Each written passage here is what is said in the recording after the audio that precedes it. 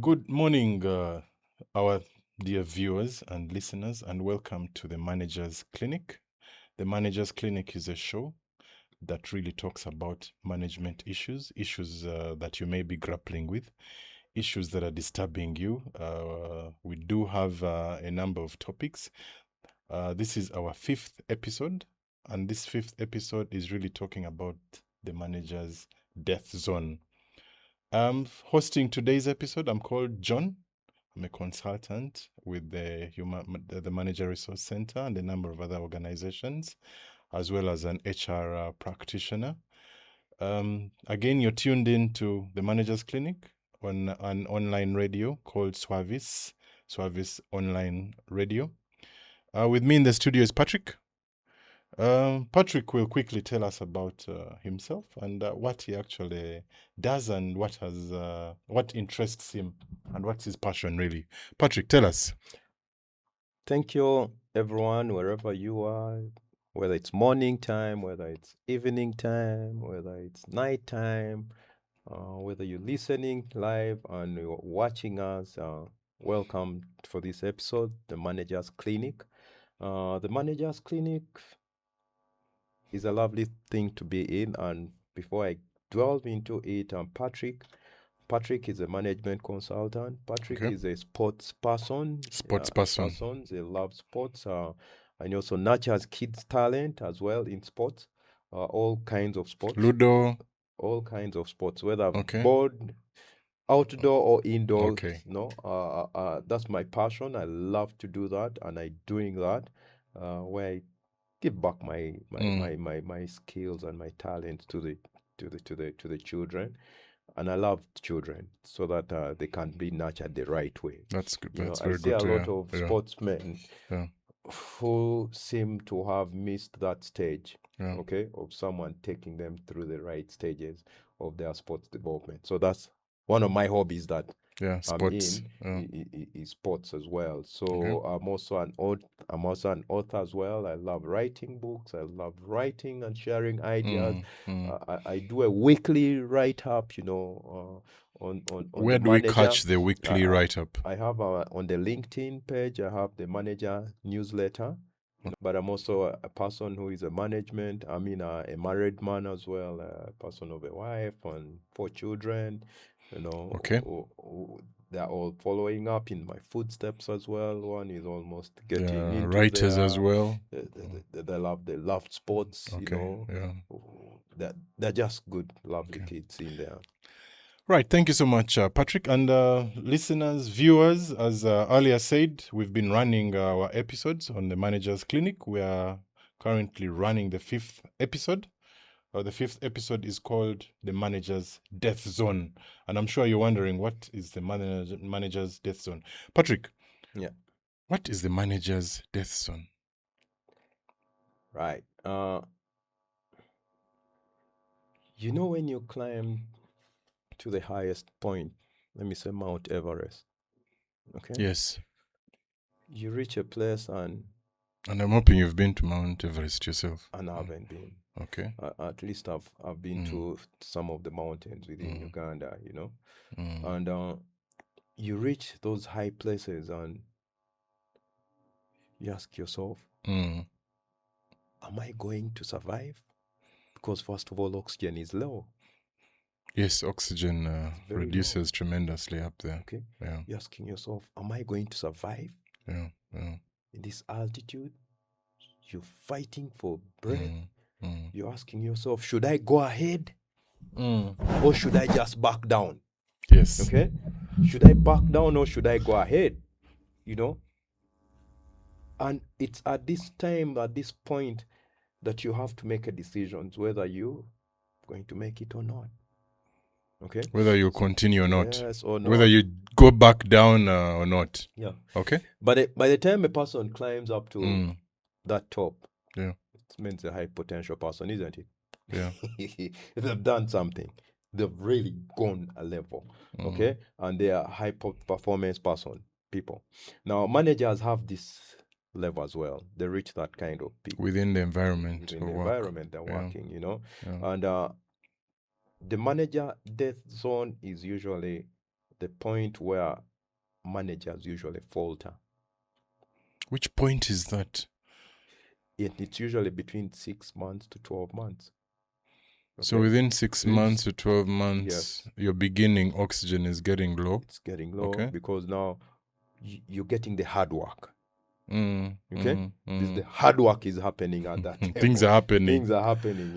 You're now like on your own. Almost everyone has left you. The onboarding has waned off. People think that you actually know, and you're supposed to be doing what they think they know, and then you're in that level at that lifetime. Things are getting haywire for you. Give us examples of things that are getting haywire at that point so that we really understand this trap called the death zone. What could be happening within 6 to 12 months? Let me give you something that happened to me personally. Okay. I became a manager. Now, when I became a manager, they came and did an audit. Okay. Yeah. Like after a year, in that period, came and did an audit.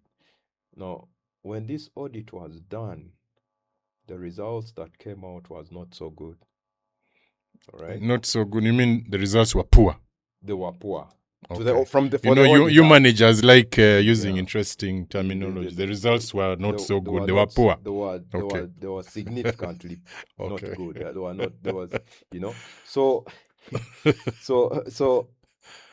but when these guys came, when the auditors came, because as this kind of guy that was so vocal, and I'm the guy who loved things being straight, I love everything to be done the way it's supposed to be. I wouldn't fear taking you on, So when these auditors came, one of them said, "We want to get this guy." Okay. So what do you mean they want to get this guy? They wanted to find. They wanted to fail you or something? Basically, that was the whole essence. Okay. And yet I'm just a new manager. 1 year into the role, right? 6 months to 1 year. Because I'd grown within the organization, people knew my character, people knew the way I was doing capabilities, people knew how I would fight to make sure things are right. If it's not right, it's not right. If it's right, it's right. So when this report comes out and I'm doing so badly for the whole team, I sat and asked myself, why should I continue? Okay? Why should I continue? Why am I having all this pressure? Why are people making up things which is not right? Okay? Because practically whatever was brought back in the report were things that we had given evidence to. And it was the person that told us it's resolved. But it still came back. So now I was in that pressure of the actual dynamics and politics that happen in management. At that bad point, okay? I know. Okay. Yeah? It's not that I didn't have talent. I lacked the talent. No, I had it. But the oxygen was being... I was feeling like the team, the people, like the audit guys that supposed to make sure that my work works well, they're instead suffocating me. Let me ask a question in line with that. And this happens in most of the organizations, and I don't know why. So what happens is when there is a new manager, the manager is highly supported by the organization. Down into the role, 12 months, maybe even 16, 17 months, the organization stops supporting the manager, especially when the job is hardest. Patrick, why is that? When the organization brings you on board, they know that you know what you're supposed to be doing. Yeah. So they don't want to waste a lot of time on you because you showed them potential. You showed them that you are good. And they've seen you and they've followed your track record that you actually what? You're actually good. So they'll take you through a little bit of the nitty-gritty things. And because knowing like you're a sharp person, you're a fast learning guy, you could even have told them in the interview, you know what, guys, I love actually work with minimal supervision, you know. Oh yeah, that is a common one. So they want to see whether you are actually good in it, But in that, as the roles, unsurprisingly, people yeah, still write those they in still their write, CVs. yeah. Yeah. And but now for you, as you keep going on, and these guys have left you, you're looking at your role. It's not clear. Okay, it's not so clear. What am I supposed to do? How am I supposed to do it? Whom am I supposed to? It's not clear, You're lacking the training, the competences. There are certain competences that you're lacking. Okay, which is about the promotion. You promoted there, but you're lacking certain competences. They've not trained you, Yes. prepared you, but the you're being organization is backing isolated. off from Yes, you. it's backing off, but you actually need this.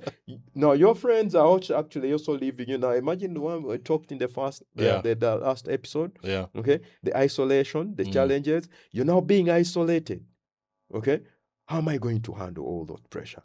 So all these other things just makes you, you ask yourself, what am I supposed to do? You're asking about the performance. Am I an imposter? Am I not an imposter? So there's a lot of questions. Then at 6 months, they try to see your probation and they are saying, maybe this guy. Did we, But they're giving you that space. But at that level now, that's when you're supposed to start showing off that, I'm actually capable of doing what I'm supposed to do. Okay, this is my space. Okay, I don't have all the answers, but I need to push it on. I need to learn. I need to develop myself. I need to handle the team the way they're supposed to be handled. I need to track the performance. Okay, because I've left you. Are you going to keep there and start whining? No. You're supposed to start taking things onto your hands, to your stride. Because you remember when we talked in the other episode, what you do in the 90 days and the others? Yes. Now it flows. Yes. You understand your team. Okay? Yeah. They know that you understand your team. You're supposed to take things to the next level. Now you're actually implementing what you learned, what you've put in place, what you got in the team. So you're taking it ahead. So now that's why the teams will back off. Now, the only thing for you're supposed to go to them when you need some suggestion, some support, suggestions, specialized ideas. Support. Yes. Tell them, I'm actually doing this. How are you guys supporting me? What system do I have to take me to the next level?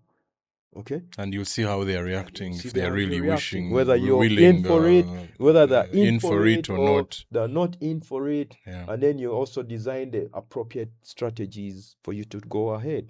Okay, because at that level you need to get the buy-in of your team members. Are the team trusting me? Okay. Trust. The topic of trust is another one that's quite interesting. So, Patrick, sometimes we see that within the 1 year mark, there's what we call the thin air symptom. And within the 1 year mark, the manager has kind of given up. There's burnout. There's laxity after 1 year. Is this because they are not delegating enough, or there could be some other reasons? Because this, I think, happens in some organizations. 1 year, the guy is saying, no. What happens? Why? Because that's some kind of death zone corner as well. Why do they burn out after 1 year, or seem to be no longer interested in the task after 1 year? As a new manager, you want everything to be perfect. There's a lot of perfectionism. So they concentrate a lot in doing perfect. Everything they want to churn out is perfect. And you cannot work like that. Okay? You don't need to be perfect. So imagine you concentrate a lot because I want to make this report perfect. Perfection. Yes. Okay? But it takes a toll on you. It takes a toll on you. Right? Your perfectionism. But then you also, in that 1 year, you want to be in everything. You want to be everywhere. Everywhere. It's like you're showing that this is your thing. You're not You want to sign everything, do everything. When I became a manager, this thing happened, There are these workshops. Like, I need to be in this workshop. I need to be in this meeting. In this meeting. I need to be. And yet I'm supposed to take my leave. But but this thing is more important. Your thing is more important. So I kept on being in there, and I'm just getting stressed. stressed. Yeah. Stress. Because you're trying to prove a point. Trying to prove. To You're be in thinking, charge. If I miss this workshop, I'm actually missing an opportunity. They'll come back. They'll come back. You have to let go. You know. So those are some of the scenarios that make guys. If you don't learn that, So, okay, they even don't know how to prioritize. They haven't yet prioritized. So this that would cause a death zone as well if you can't know what is positive or not. I can actually delegate this to John. Let John meet these other people. He's the more technical. Okay, let him go. Maybe the HR fraternity. Meet that HR fraternity in charge of it. Maybe the education stakeholder. Let this person who is in charge of the education project. So you release certain things to be okay. I'm wondering, during the death zone, which you've ably described, what is going on in the manager's mind? What is the manager thinking? Is he thinking he's finished? What is he thinking at that point?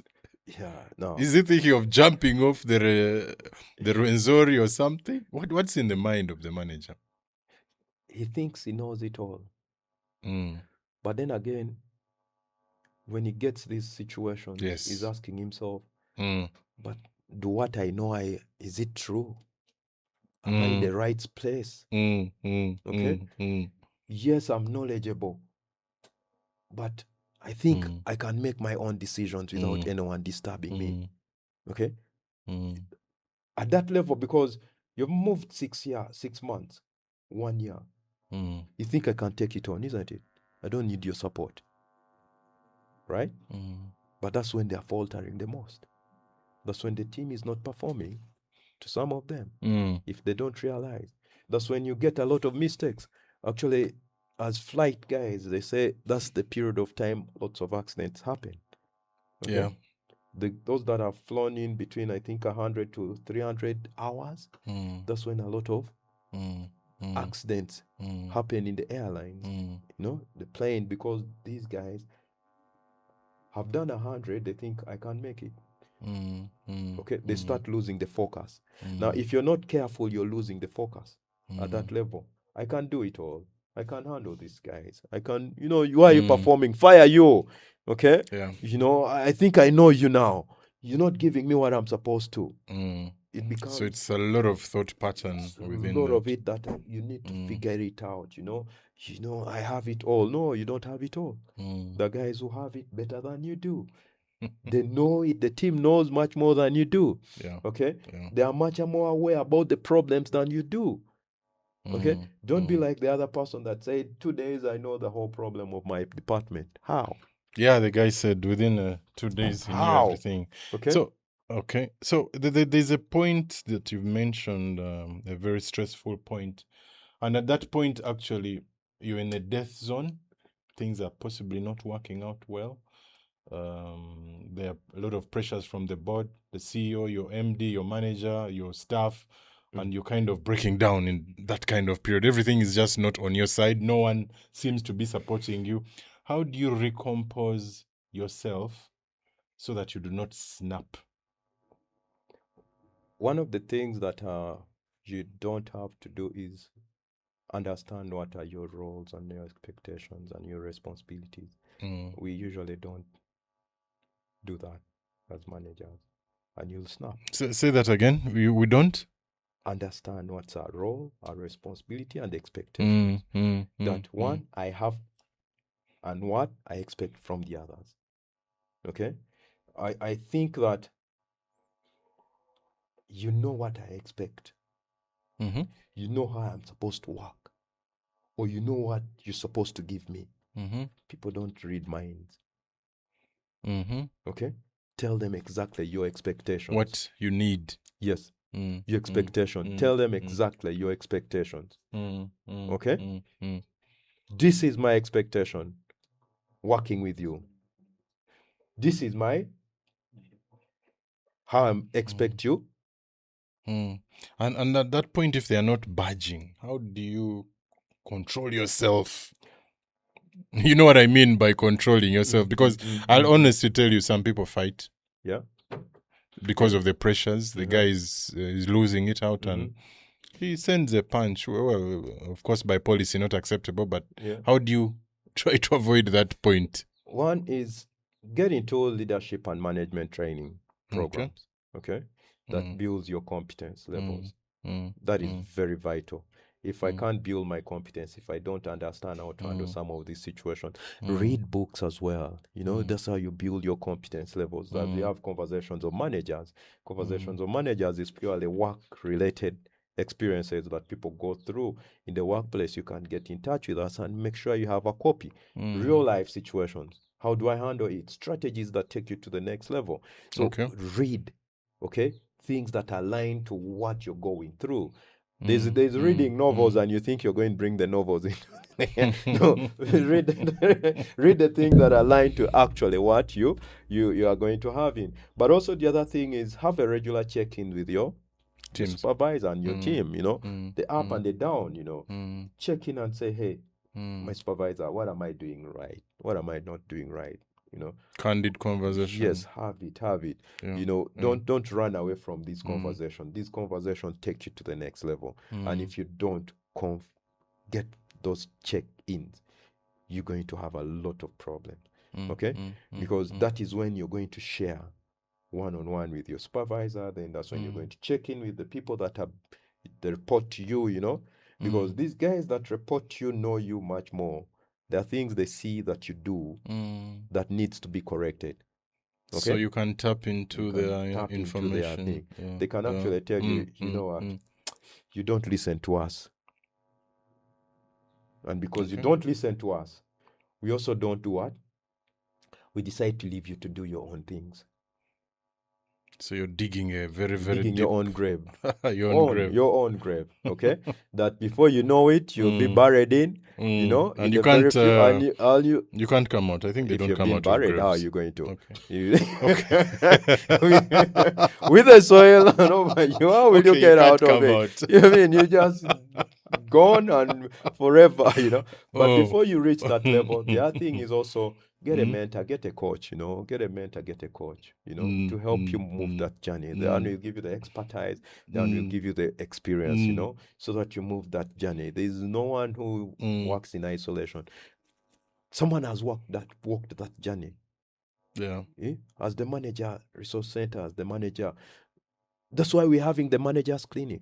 So that you're able to also work with us. We are also to work with you and pick some concepts. Pick something, you know. Yeah. I know some of you they are out there listening, you know, you read our articles, you know, you're watching us wherever you are.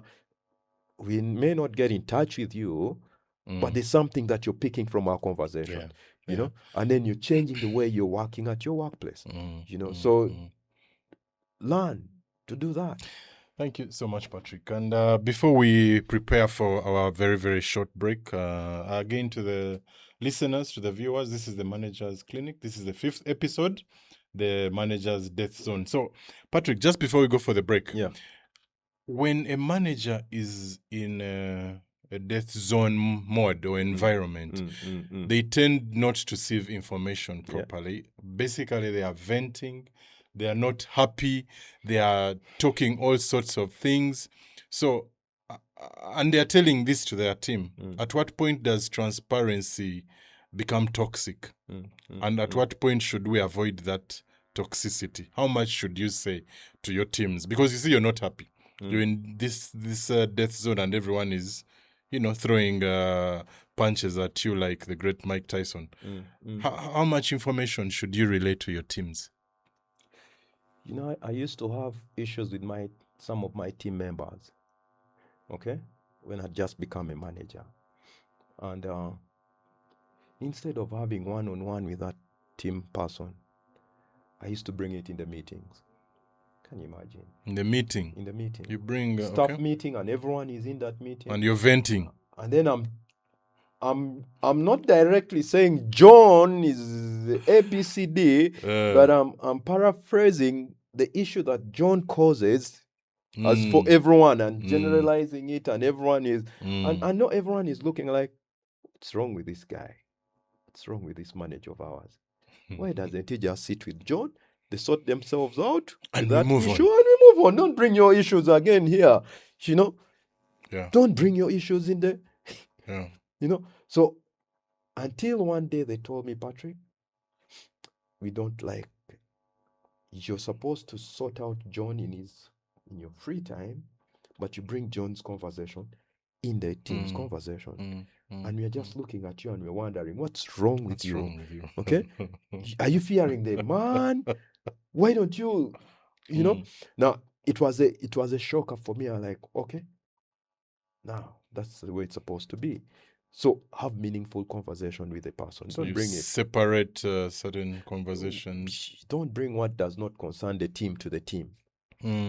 Sort it in there. Mm, Okay. mm. Now we have also discussions. You know, you're leaking information. Yes. Any small thing that is being And talked I wonder why some managers leak information. Okay, because you want to look good with your team. You know what? I told these guys this is how it's supposed to be doing. I'm like, you know what? The team is the guys said they're going to do the A, B, C, D, F, G. Because you want to buy the people to buy into you. No, why do you leak the information? Confidential issues are being told to the team. Keep it. It's becoming a problem. You're creating toxicity. Now, imagine there's a discussion that has been happening in the management level. Okay? You even come and say, you know what? Peter actually said A, B, C, D. And Peter was the one who refused this thing too. So Peter everyone voted gets against. to know it was Peter that voted against the initiative. It was John that refused the promotion. For what? Why? Okay? Why do you bring confidential issues to the team? Learn to know exactly what they need. Just give them the highlights. You know what? You know what? This is what was decided. This is the action of this meeting. Yeah. Okay? We are going to have a restructuring. Yeah. And this is what's going to happen. We are cutting down on this job line. You actually tell people, David said these are the first people to be restructured. You see? And you're hitting David for no good reason. You know, David was just sharing his information and a discussion. Now for you've opened up David and David. You've opened up a can. Okay? Okay. Which is not good. So share meaningful, appropriate information for a specific level. Okay. Thank you so much, Patrick, for this first part of the conversation. Again, listeners, viewers, this is the Managers Clinic that airs every Saturday on Swavis Radio and has a repeat on Wednesdays, again on the online radio, Swavis Radio. We'll be jumping into a break. Please don't go away.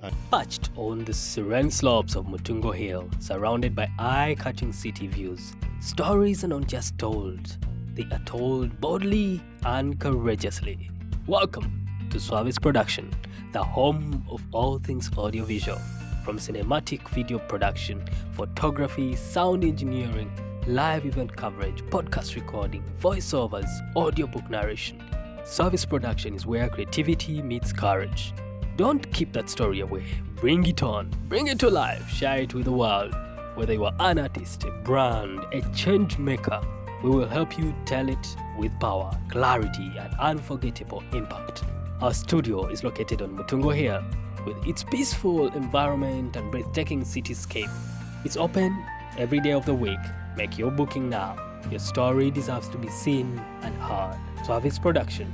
Capture, create, inspire. Welcome back, listeners and viewers. Again, this is the Managers Clinic. I'm your host, John. Together in the studio, I'm with Patrick, who is a management consultant. Again, this is the 5th episode of the Managers Clinic. And the topic today, as if you've just tuned in, the topic is the manager's death zone, that point of burnout, that point where the manager is feeling everything is not working out. And we had a number of highlights from the previous session. So in this session, we want to talk about the difficult time when your employees as well start leaving. One, you're in a difficult time already. Things are not working out. No one is supporting you. The organization is not on your side.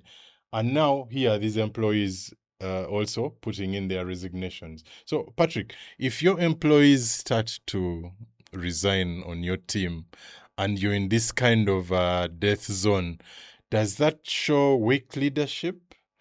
Does that show they've given up as well? Does that show they've seen all the signs and nothing is going to change?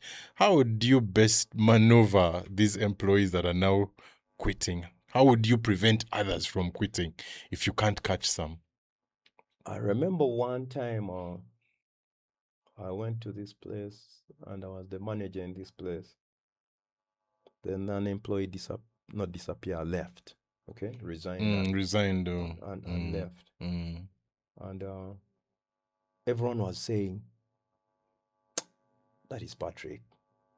The manager is bad. You know, those days they would say people leave the manager, they don't leave the organization, okay?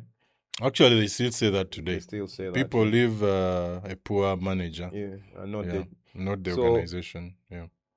people were talking a lot. Patrick is a bad manager. If this person could leave, then he's a bad one. Bad manager, you know. But you know, there's a lot of assumptions that take place. Okay? Now, that was an assumption. Okay. So the question was, when they asked him, why did you leave? Is it because of Patrick? He said, no. Actually, Patrick even made me stay longer. So it wasn't Patrick. It wasn't Patrick. So you're saying they could be leaving for other for other reasons The completely. question is, as a Yeah. manager, when there's people starting to leave, why are they leaving? Okay? Don't just say the manager. No, ask people, why are they leaving? Why are you leaving? There's this thing called exit interviews or Interviews, something? yes. Yeah. Why are you leaving? Okay, have candid conversation with these guys. Why they're actually leaving, and you may find the reason that they're leaving is something that maybe the whole organization needs to put in place. But you may also find like these guys are going to start their own thing. Okay, now like this guy, when he left, you know, their dad had started up an organization, and they needed to be part of it and to build it up. And that's why it said, you know what, I've gone. Okay, let me go and put energies in what my dad has started. So now you may be crucifying the manager. yet actually The other factors. valid reasons this person is leaving. Okay, then the other thing that we need to know is you need to also start thinking and analyzing what's the workplace culture like. Okay, you know, does it favor people to continue working, or does it push them out? Yeah. Are promotions fair, or they are not fair? Is performance being used for the right purpose or not? Or you do performance, as we know most times. There's an article I saw in one of the write-ups on the manager page, and it was talking about how organizations tactfully release people, let people go, you know? Yeah. They'll do it via performance. Others come and do performance because they want to let you go, you know. Others strategically create a death zone. Yeah, they create it for you. Put him to fail. Give him something that he doesn't know anything about, you know. Give him a team that is so toxic, that they'll surely fail him. But also coach the team to make sure he fails. Yeah. Right? So you have to know what's the workplace culture. If you can't change it, then you may be in the wrong place. But if it can be changed, then you try and fight to change a it. culture is the leadership. If you want to know the culture of the place, it's the leader, how they behave. Okay. It's not what they say, how they behave. I usually tell people, you don't need to tell me the culture of the place that you work in. You just look at the leader. By the time I step in, I'll know the culture. I'll know it from the day I enter from the door. You'll possibly get to a workplace and see this is the CEO's parking. Yep. This is the director of finance's parking. That also speaks That's to when culture you're ready. already. You know this. You need to There's come gatekeeping. You have to come when you're like, you know, kneeling down. You have to respect, you know. You have to even use titles in such a culture. Walk on your knees. Respect. But the others may not respect you. So you need to know So it would be the a culture. niche What's of the culture. workplace culture? Yeah. Okay, that has to really be sorted out. Okay. So those are some of the things that you really need to find out. Okay. Okay. So in a situation again of the death zone, and we know, and we've already talked about the death zone, there's a situation where the manager tends to feign for himself. He's trying to survive or get out of that death zone. He's in burnout, and he's kind of, because of that, he's kind of neglecting his team members. How does a manager maneuver that to ensure that despite what is happening, his team members are kept healthy, they are kept motivated, and they keep fighting on? How does a manager try and do that? You remember the example, the story I told you about the audit issue? Yeah. Okay. Where I almost gave up. Mm-hmm. I actually reached a verge of saying, guys, let me go. I think I remember, I actually wrote a resignation letter. You wrote it. So those are things that happen when you're in the death zone. You write your letter and first keep it. I wrote it and I like, I'm tired of this place. I need to go. So when I wrote it, I copied in every other person. Okay, from the top management, my supervisor and everything. So as I shared it, one person told me, but before I shared it, I like, this is what I'm going to do. Then they asked me, have you told your supervisor? Does he know about this before you write? You send out this thing? I'm like, no. Like, why don't you first send it to him? Okay? And then they give you feedback. So when I sent it to him, he didn't respond, kept quiet. He came to my workplace. He asked me something. Patrick, do you have another job? Told him no. He asked him, where are you going? If you have no other job, where are you going? Where are you at?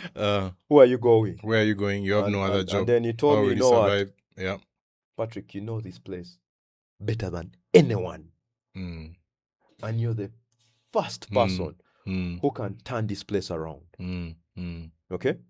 Stay in. Okay? Stay in. So one of the things is acknowledge the situation that you're in. Acknowledge. Yeah. It's not the best of situation. It's not the best. But acknowledge it. Okay? Once you acknowledge it, you start to have better strategy on how to manage it. Yeah. Okay?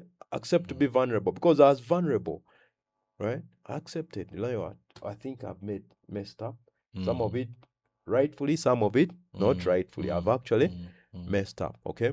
Then the best thing, one of the things that I've had is I had a chat with the whole team and said, guys, we are in this situation. Okay? I may be the only one. They'll fire me, but if they fire me, they come and fire all of you as well. Yeah. Okay? Yeah. So I told them, you know what? We need to do something. And we need to change. We need to A, B, C, D. What do you think we have to do? So the team said, okay, like, on my part, I think we need to do A, B, C, D. And I think we need to do A, B, C, D. And then we started holding each other accountable. That will bring me into our next bit of the last phase of this conversation. So I want us to talk recovery. I want us to talk survivorship. You realize you're in this zone. You need help. Everything is against you. Everyone is punching you, as I've said previously. How do you navigate survivorship here? How do you ask for help in order to survive this lack of oxygen syndrome that we've called the death zone? How do you ask for that help without showing you're actually unfit for command, without showing extreme vulnerability? How can you ask for help? Now we're talking about survival. Is there a way to survive the death zone? Yeah. Yes, you can survive the death zone. Once you know the situation that you're going through, okay, you understand it, you're going to be able to survive it. Have a serious conversation with your supervisor.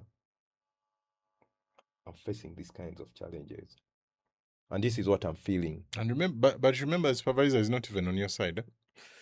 If it's not on my side, he's bounced you from meetings, if the travels or whatever it is. If the supervisor is not on my side, there are certain people within the organization that may still be on your what? On your side, okay? Work with a mentor, work with a coach, okay? So that you're able to go through some of those hard situations.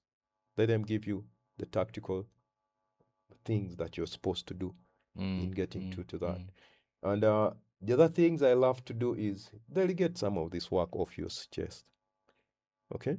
So that people start understanding the value of what you're doing, all right? Because sometimes your own team can want to fail you because they think that you're doing nothing, and whatever you're doing is easy. So when you delegate them to them, they start They realizing, realize that wow, this is not I think we really need to help out this guy, okay? There's a lot that is going on that he really needs to be helped, you know?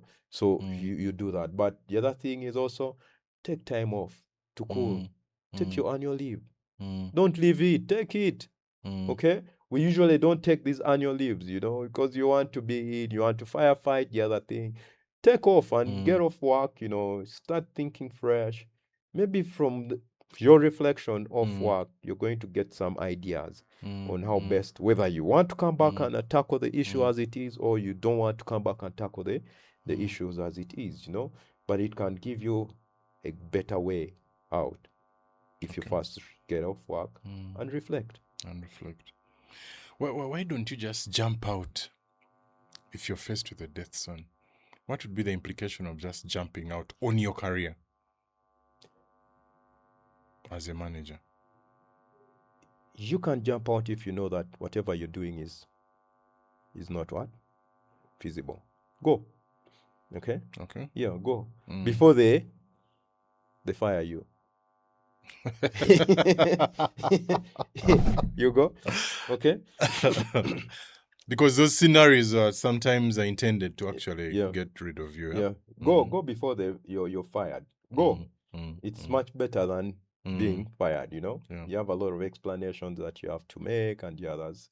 Please just let go. Just let go and move on. Just go. Before you go, if you build your skills, okay? Position yourself in a specific thing that you're good at. Okay. That people are going to come for you.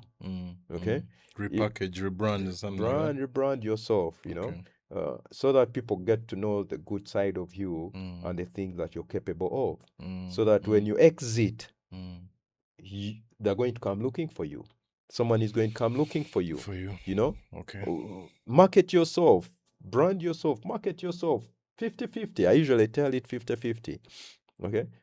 50-50. Organization 50%, yourself 50%. People need to know the competence that you have, abilities that you have, not only the organization.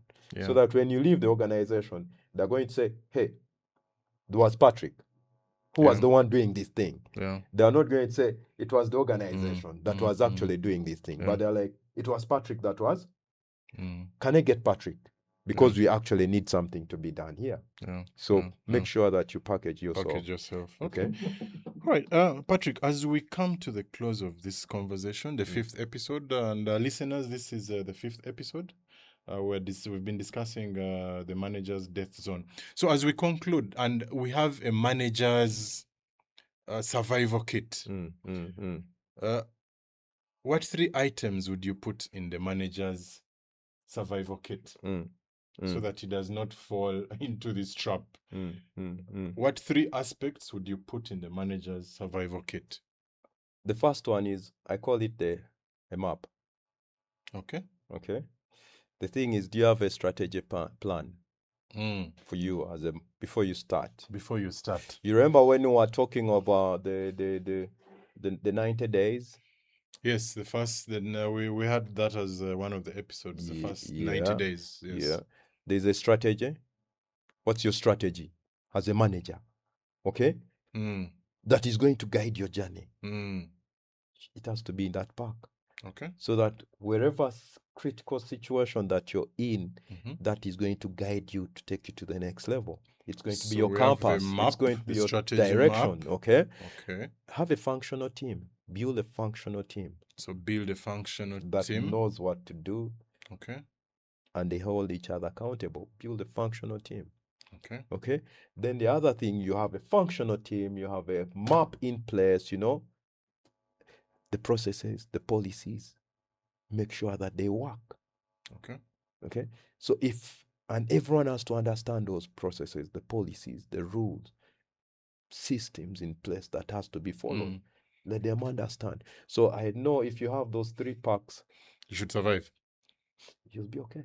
You can get out of the grave. You'll be okay out of that grave. You'll resurrect, actually. You'll be Not out of the even, not grave. get, you'll resurrect even, and then they'll say, oh. And that word this- resurrection is very timely because we are getting to the, Yeah.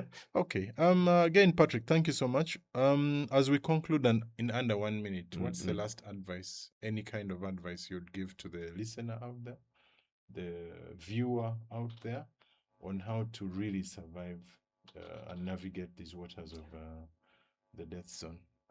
One you have to know is the death zone is real. Okay. And managers are experiencing this at a very alarming rate, and though they don't know, actually they're actually going through it, but it's actually there. And you need to be well equipped to be able to overcome that death zone. It's not only about just knowing yourself, but making sure that in totality you are much better. So one of the things, as the Manager Resource Center, what we're also doing at the clinic, the Managers Clinic, is to help you walk that journey.